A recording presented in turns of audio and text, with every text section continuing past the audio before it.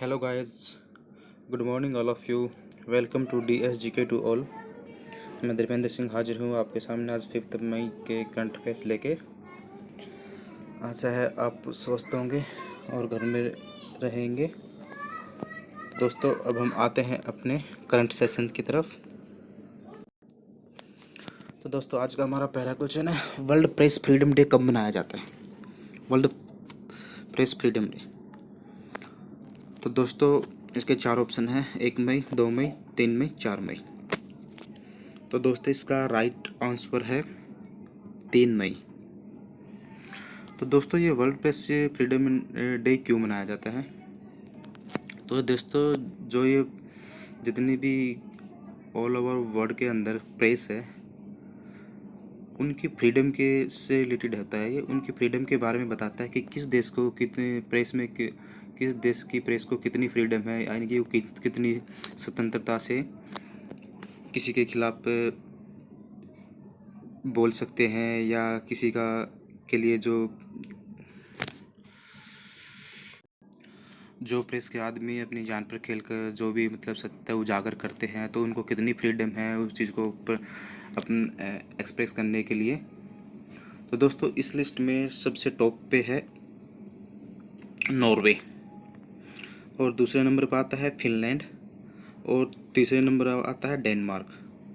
अब ये तो होगी टॉप 3। अब बात इंडिया की करते हैं। इंडिया इस लिस्ट में है 142वें नंबर पर आउट ऑफ 180। तो इंडिया की कंडीशन भी कोई ज़्यादा खास अच्छी नहीं है वर्ल्ड प्रेस फ्रीडम के मामले में। और इस वर्ष इसकी थीम है जर्नलिज्म विदाउट फियर और फेवर। तो दोस्तों अब आते हैं हम अपने क्वेश्चन नंबर 2 की तरफ। किस देश में चिकित्सा और स्वास्थ्य कर्मियों का वीज़ा 1 साल के लिए बढ़ाए जाने की घोषणा की है? तो दोस्तों इसका option A, B, C, D, Britain, USA, China and Japan. तो दोस्तों ब्रिटेन की सरकार ने जो उनके यहाँ पर चिकित्सक रिलेटेड जैसे डॉक्टर है, नर्सिज हैं और जो स्वास्थ्य विभाग के कर्मचारी हैं जो किसी अदर कंट्री के हैं और वहाँ पर वर्क कर रहे हैं, अभी कोरोना का जो दौर चल रहा है ऐसे दौर में जो वहाँ पे अपनी सर्विस दे रहे हैं उनको ब्रिटेन की सरकार ने 1 साल के लिए free of cost visa extend कर दिया है। अब 1 साल के लिए वो और वहाँ पे रह सकते हैं। और ये दिया है किसने? ब्रिटेन ने। तो दोस्तों ब्रिटेन के अंदर 3 से मिलके बना होता है ये, एक इंग्लैंड, एक स्कॉटलैंड एंड वेल्स। इन तीनों से मिलके ये बना है ब्रिटेन, और ये नॉर्थ वेस्ट यूरोपियन कंट्री है।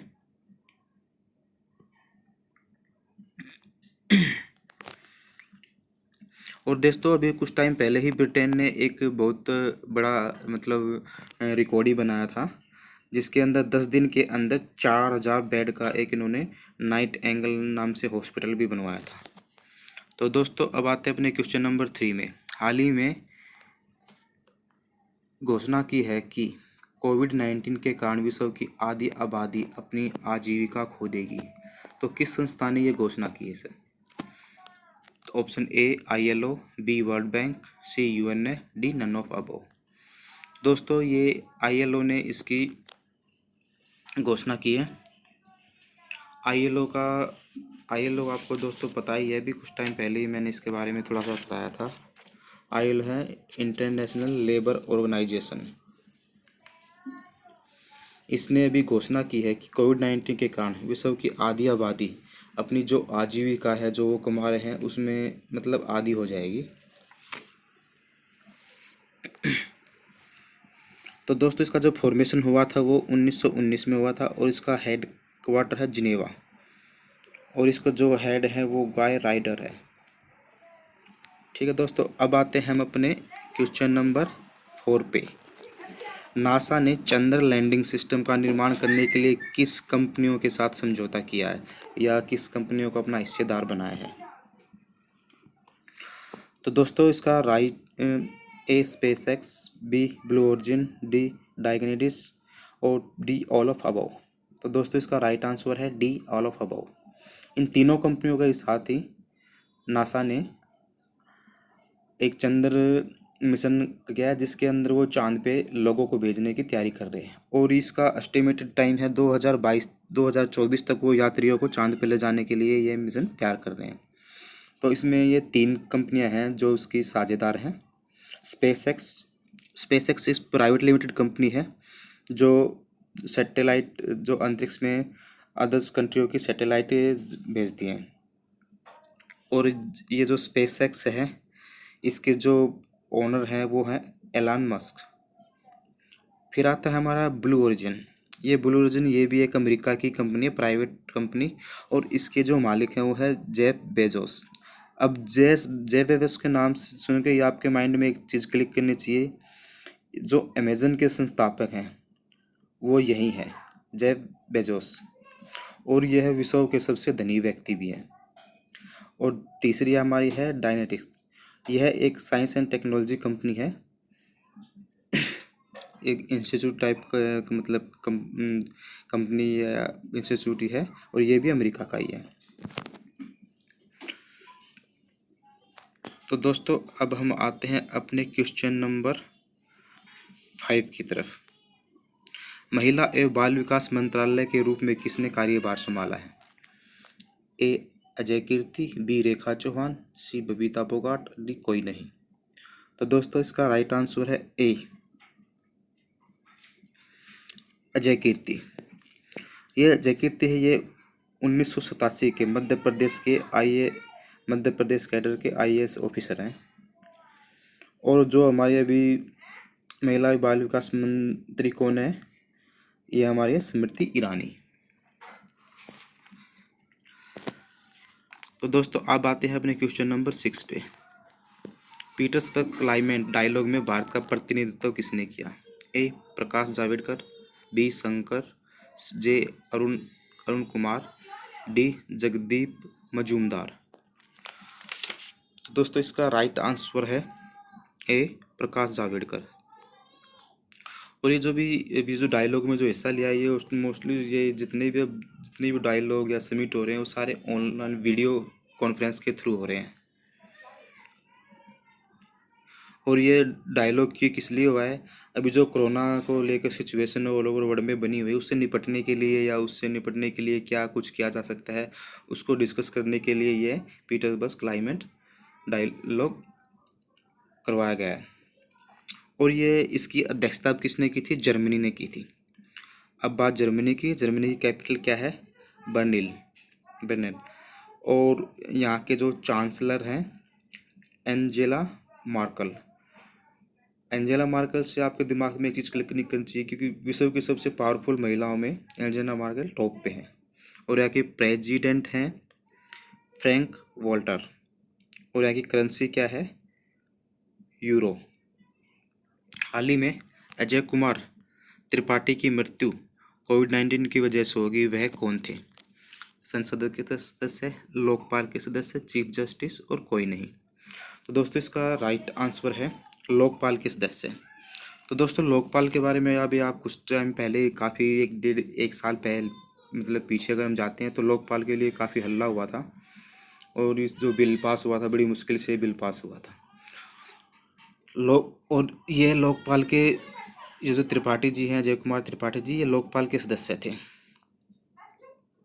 लोकपाल क्या है? लोकपाल एक एंटी करप्शन अथॉरिटी बॉडी है, जो जैसे कोई भी नेता है, चाहे उसमें पीएम हो या सीएम हो या कोई भी चीफ जस्टिस हो, उनके खिलाफ अगर कोई कंप्लेंट करनी हो तो यहाँ लोकपाल में कर सकता है।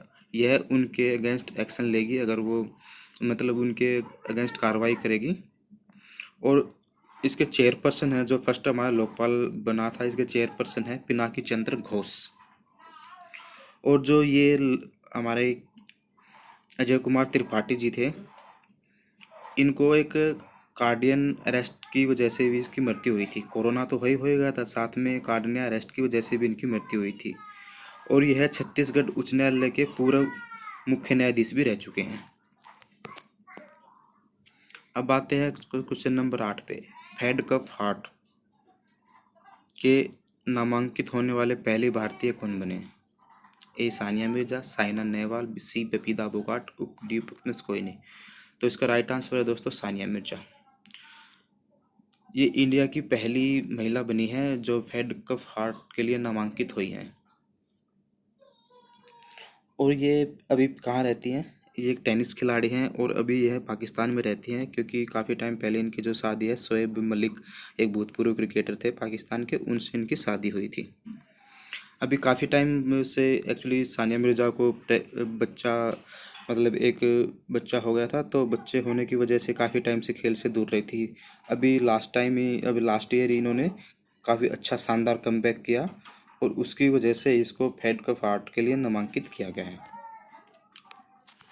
तो दोस्तों अब आते हैं हम अपने क्वेश्चन नंबर 9 की तरफ।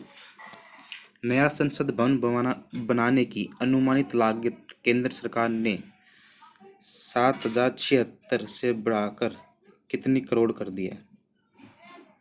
तो दोस्तों अभी जो संसद भवन की जो पहले लागत की थी वो 776 करोड़ थी, लेकिन अब इसे बढ़ाकर इसका जो राइट आंसर है ऑप्शन ए 922 करोड़ कर दिया है। और ये संसद कहाँ बनना है? जो हमारा नई दिल्ली कनॉट प्लेस में जो संसद भवन है उसके जस्ट सामने ही ये नया संसद भवन बनेगा।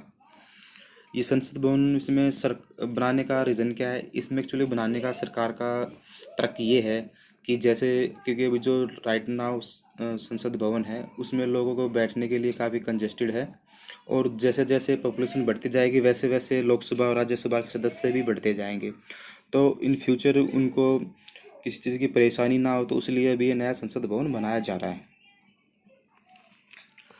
और इसका जो आर्किटेक्चर है वो है विमल पटेल ने ही इस नया संसद भवन के जो मतलब आर्किटेक्चर का जो मैप दिया है वो इन्होंने बनाया है, और जो केंद्र सरकार ने अप्रूव भी कर दिया है।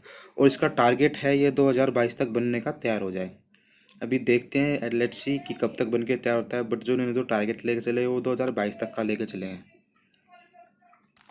तो दोस्तों अब आते हैं अपने क्वेश्चन नंबर 10 की तरफ। वाडा ने डिस्कस थ्रो संदीप कुमारी पर डोप टेस्ट में फेल होने के कारण कितने साल का प्रतिबंध लगाया है? तो दोस्तों इसने ये 4 ऑप्शन से ए, बी, सी और डी। तो दोस्तों इस पर 4 साल का प्रतिबंध लगाया है, तो अपना अब ऑप्शन नंबर सी एकदम राइट है।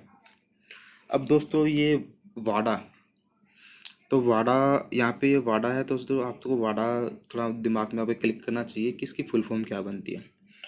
तो दोस्तों जो वाडा है ये है वर्ल्ड एंटी डोपिंग एजेंसी। जितने भी ऑल इंडिया वर्ल्ड में, चाहे वो कॉमनवेल्थ गेम हो या कोई भी समर वेकेशन कोई भी गेम हो, उसमें जो खिलाड़ी खेलते हैं वो किसी का तरह का कोई ड्रग्स या कुछ दवाई वगैरह लेके खेलते नहीं, उस चीज़ की जांच करने के लिए यह एजेंसी होती है। और जो इसका फॉर्मेशन हुआ था वो 10 नवंबर 1990 को हुआ था। जो इसका हेडक्वार्टर है वो है मॉन्ट्रियल कनाडा में। और ये इसके जो प्रेसिडेंट है वो है विटोल्ड बेंगा। अब दोस्तों जब वाडा की बात है तो एक है नाडा। नाडा क्या है? ये हमारी इंडिया की एजेंसी है, नेशनल एंटी डोपिंग एजेंसी। और इसका फॉर्मेशन कब हुआ था? 24 नवंबर 2005 को। और इसके चेयरपर्सन कौन है? इसका चेयरपर्सन दोस्तों जो भी हमारे प्रेजेंट के जो खेल जो स्पोर्ट मिनिस्टर होते हैं वो होते हैं। और अभी राइट में हमारा जो स्पोर्ट्स मिनिस्टर वो है किरण रिजिजू। और दोस्तों इसका हेडक्वार्टर का है न्यू दिल्ली में। और ये नॉन प्रॉफिट एजेंसी है। तो दोस्तों आज का हमारा सेशन यही ख़त्म होता है। आशा करते हैं आप स्वस्थ रहेंगे, घर पे रहेंगे, लॉकडाउन के नियमों का पालन करेंगे। तो दोस्तों मिलते हैं कल एक न्यू सेशन के साथ। Have a good day.